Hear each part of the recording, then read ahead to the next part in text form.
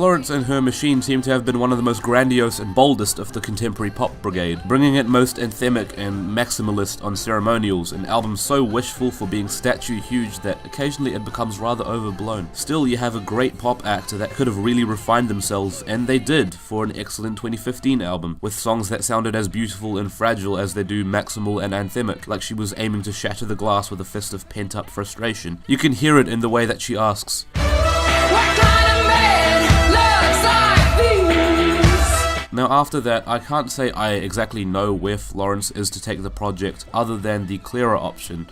Just do the same thing. And it seems that is the case. Florence already has a superbly bold and expressive voice, lush backing instrumentation, and anthemic songwriting to work with, so why not stick with that? Initially I thought this would become stale, and while I don't think High as Hope is anything to bring the rickshaw to a screeching halt, it certainly does hit the right spots for being great. The hooks on its opening track and Hunger are well written to sound triumphant and ascending, backed by beautiful piano and subtle choral arrangements. I don't think there are too many big faults to point out. Maybe, just maybe, it's the repetitious lyric writing. I know that these repeated lyrics exist to kind of hammer in a point, and as such give more power to them, but there's a point where you just kind of wish that maybe occasionally just swap out the main lyric for something that rhymes. Something to rhyme with "we all have a hunger, we don't get much younger," or "I wanna dance the samba," or "hold up, I'm about to chop up this lumber." South London Forever might have been a grower for me, as I didn't find anything particularly great about its marching tempo and notably less immediate hook, but it only took a second listen for me to realize that sometimes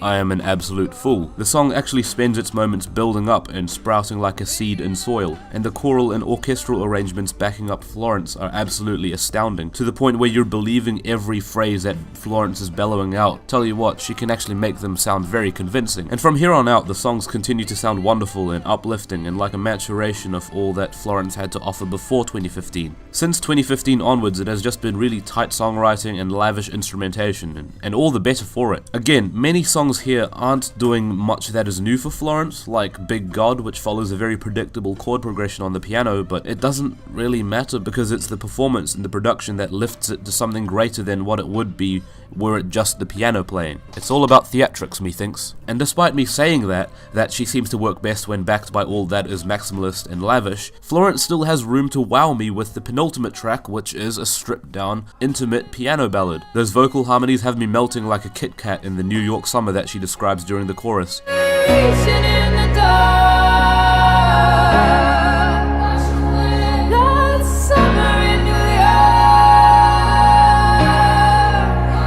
Even just talking about this album, I want to go back and listen to it again, because it puts the ability in predictability. Sure, you can see these punches coming, but they're such well-thrown punches that you honestly don't care. Or at least I don't anyways. 7 out of 10.